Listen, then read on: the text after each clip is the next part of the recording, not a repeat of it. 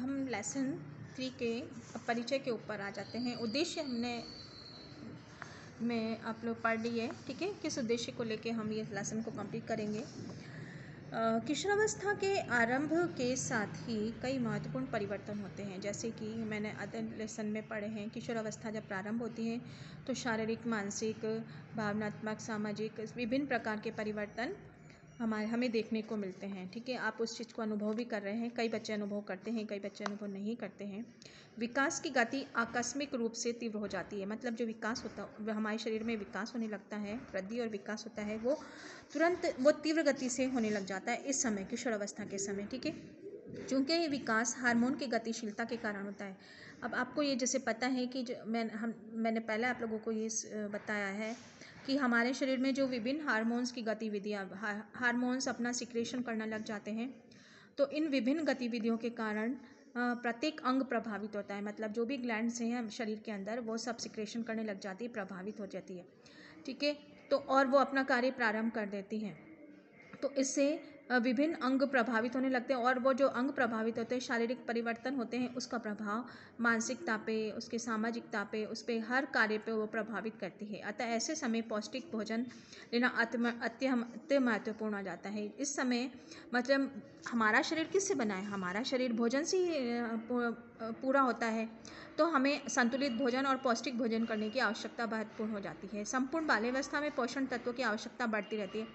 मतलब जैसे ही कि जैसे निरंतर आपका शरीर वृद्धि करता रहेगा, उसके संबंधित आपको पोषण तत्वों की आवश्यकता अधिक बढ़ती जाएगी, क्योंकि वृद्धि कैसे करेगा? शरीर पोषण तत्व प्राप्त करके ही आपका शरीर वृद्धि करेगा। किशोरावस्था में यह होती है, तत्पश्चात किशोरों के वयस्क होने तक उतनी ही रहती है। मतलब यह है कि किशोरावस्था में वृद्धि की तीव्रता होने लगती है और वयस्क होने तक ये निरंतर इसी तरह से बनी रहती है, ठीक है। अर्थात उसे कम भी हो सकती है। या पुरानी कहावत है कि जैसा अन्न वैसा तन, मतलब जैसा आप भोजन करेंगे वैसे ही आपके शरीर का निर्माण होता चला जाएगा। अगर आप संतुलित भोजन नहीं लेंगे तो आपको कुपोषण का शिकार भी हो सकते हैं। आप उससे मानसिक आप शरीर से नहीं लड़ पाएंगे और अपने कार्य संतुलित से नहीं कर पाएंगे। अगर आपका भोजन संतुलित रहेगा तो आप हर कार्य को अच्छे से कर पाएंगे, अर्थात उसे कम से कम में हो सकती है। पुरानी कहावत है, जैसे बता दिया मैंने, अर्थात आप वैसे ही बनेंगे जैसे कि आप आहार लेंगे। उससे प्रतीत होता है कि विभिन्न प्रकार के भोजन जैसे दाल, रोटी, डबल रोटी, चावल, सब्जी, दूध, लस्सी इत्यादि होते हैं। ये विभिन्न प्रकार के भोजन हमें स्वास्थ्य और स्फूर्ति प्रदान करने में पोषक तत्व प्रदान करते हैं, ठीक है। जाना महत्वपूर्ण है कि स्वास्थ्य रखने के लिए किस प्रकार के भोजन लेना चाहिए। भोजन के पोषक तत्वों से हमारे स्वास्थ्य पर पड़ने वाले प्रभाव का विज्ञान पोषण कहलाता है, पोषण विज्ञान कहलाता है। अब इसमें ये बात आ रही है, पोषण विज्ञान क्या है? पोषण विज्ञान है जिससे हमारे स्वास्थ्य पे जो पोषक तत्व प्रभावित करते हैं, भोजन हम लेते हैं, भोजन से पोषक तत्व प्राप्त होते हैं, उसी का प्रभाव पोषण तत्व कहलाता है, हमारे शरीर को प्रभावित करता है, ठीक है। उसके बाद वास्तव में पोषण और स्वास्थ्य एक सिक्के के दो पहलू हैं। जो पोषण है हमारे स्वास्थ्य को प्रभावित करता है। अगर हमारा पोषण सही नहीं रहेगा तो हमारा स्वास्थ्य भी सही नहीं रहेगा और हम कुछ भी कार्य सही ढंग से नहीं कर पाएंगे। अतः उन्हें एक दूसरे से अलग नहीं किया जा सकता। पोषण और स्वास्थ्य का बहुत ही गहरा संबंध है। अगर पोषण अच्छा रहेगा, स्वास्थ्य अच्छा रहेगा, ठीक है, और हर कार्य हम अच्छे से संपन्न कर पाएंगे। तो पूरा शरीर हमारा किससे बना है? भोजन से बना है। भोजन से हमें पोषण प्राप्त हो रहा है, पोषण से हमारा स्वास्थ्य प्राप्त हो रहा है। स्वास्थ्य काफ़ी हद तक पोषण पर निर्भर करता है। पोषण पर जो हम खाते हैं उस पर निर्भर करता है। अतः स्वास्थ्य और स्वास्थ्यता को रखना एकमात्र महत्वपूर्ण कारक भोजन ही है, ठीक है, जैसा मैंने आप लोगों को बताया है। अब हम आगे पढ़ेंगे। अब हम भोजन, पोषण, स्वास्थ्य और स्वास्थ्य में रखरखाव की परिभाषित करते हैं। मतलब कि भोजन क्या है, पोषण क्या है और पोषक तत्व क्या है, उसको हम परिभाषित करेंगे, उसको डिफाइन करेंगे, उसको हम पढ़ेंगे, ठीक है। भोजन वह ठोस व द्रव्य पदार्थ है। भोजन क्या है? ठोस भी हो सकता है, द्रव्य लिक्विड भी हो सकता है, जो भीतर निगलने, पचाने व स्वांगीकृत अवशोषित करने के पश्चात शरीर के पोषक तत्व जैसे कि अनिवार्य पोषक तत्व प्रदान करता है और उसे स्वस्थ रखता है। यह जीवन के मूल आवश्यकता है। भोजन ऊर्जा प्रदान करता है, शारीरिक विकास में सहायक होता है, ऊतकों और अंगों में परस्पर मरम्मत कार्य करता है। जो शरीर में टूट फूट होती है, भोजन उसका कार्य संपादित करता है। शरीर के रोगों से रक्षा करता है, विभिन्न शारीरिक क्रियाओं में मदद करता है। जो शारीरिक क्रियाएं जो भी संपन्न होती है वो भोजन से ही संपन्न हो सकती है। अगर हम भोजन नहीं लेंगे तो हमारा शरीर रुग्ण हो जाएगा, बीमार हो जाएगा, और अगर हम नहीं रहेंगे तो पोषण का शिकार हमारा शरीर हो जाएगा। पोषण एक विज्ञान है। हमने भोजन के बारे में बात की, अब पोषण से संबंधित बात करेंगे। पोषण क्या है? पोषण एक विज्ञान है। इस विज्ञान में भोजन, पोषक तत्वों से समाविष्ट व अन्य पदार्थों का विवरण शामिल है।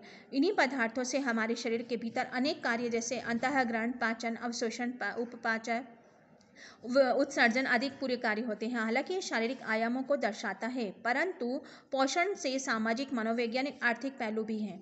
मतलब पोषण क्या है? पोषण सामाजिक पहलू को भी दर्शाता है, मनोवैज्ञानिक पक्ष को भी दर्शाता है और आर्थिक पहलू को भी दर्शाता है। पोषण, आप लोग जो देखा होगा कि अलग अलग तरह के व्यक्ति होते हैं, उनका सामाजिक स्तर अलग रहता है। उनको जो भोजन है, मानो किसी को संतुष्टि पेट से, अगर किसी का, जैसे आपने उदाहरण देखा होगा कि किसी के खाना खाया है, खाना खाने के बाद उसको ऐसा लगता है कि हमारा पेट तो भर गया लेकिन मन नहीं भरा, तो ये मनोवैज्ञानिक पहलू उसका आ जाता है। आर्थिक पक्ष है कि वो अपनी चीज़ को बताने के लिए, अपनी संपन्नता को बताने के लिए वो जो पोषण स्तर है उसका हमें पता चल जाता है कि ये रिच फैमिली का है और ये पुअर फैमिली का है, तो उसका पोषण स्तर कैसा है, ये सब चीज़ पोषण स्तर आर्थिक पहलू, सामाजिक पहलू, मनोवैज्ञानिक पहलू को दर्शाने का कार्य भी करता है। ठीक है। पोषण तत्व क्या है?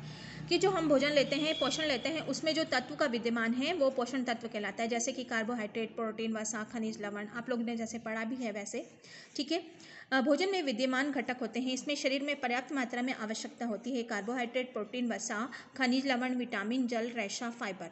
फाइबर की हमारे शरीर में बहुत ज़्यादा आवश्यकता है।